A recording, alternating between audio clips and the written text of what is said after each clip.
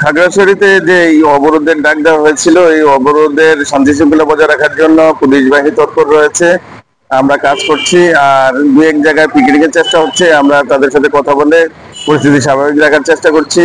পাশাপাশি জনজীবন শহরের অভ্যন্তরে জনজীবন স্বাভাবিক রয়েছে। ঢাকা থেকে এসব গাড়ি আসার অধিকাংশ গাড়ি চলে এসেছে।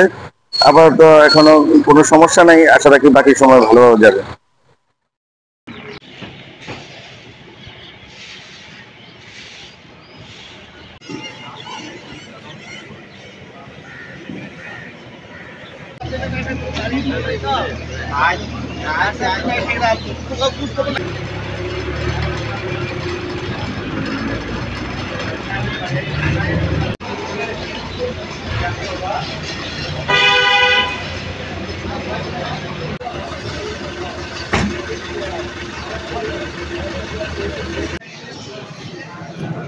আমরা রাজশাহী জেলা বাগমারা থেকে এসেছি।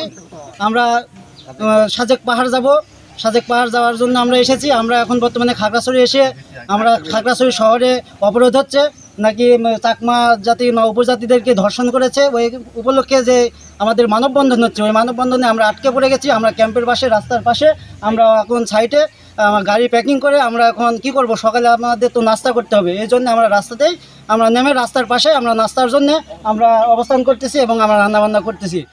আজকে পার্বত্য শিক্ষার্থীদের টাকা অবরোধের কারণে আমাদের সকালের মুভের গাড়িগুলো যাচ্ছে না। আমরা সেকেন্ড মুভের বাউর থেকে আমরা সাজেকের গাড়িগুলো রওনা দিব। শহর আইছি, এখানে আসে শহরে আমরা খাগড়াছড়িতে ঢুকতে পারিনি। শহরে ঢোকার না কারণে, হরতালের কারণে মানে মানববন্ধন করছে নাকি যাই না, তার কারণে আমরা এখানে অবস্থান নিচ্ছি রাস্তার সাইডে, ক্যাম্পের সাইডে এখানে দাঁড়া আছে। আমরা পাকশিক করছি, এখন তো শহরে যাওয়া যাচ্ছে না, না যাওয়ার জন্য আমরা এখানে পাকশিক করে অবস্থান করতেছি এখানে।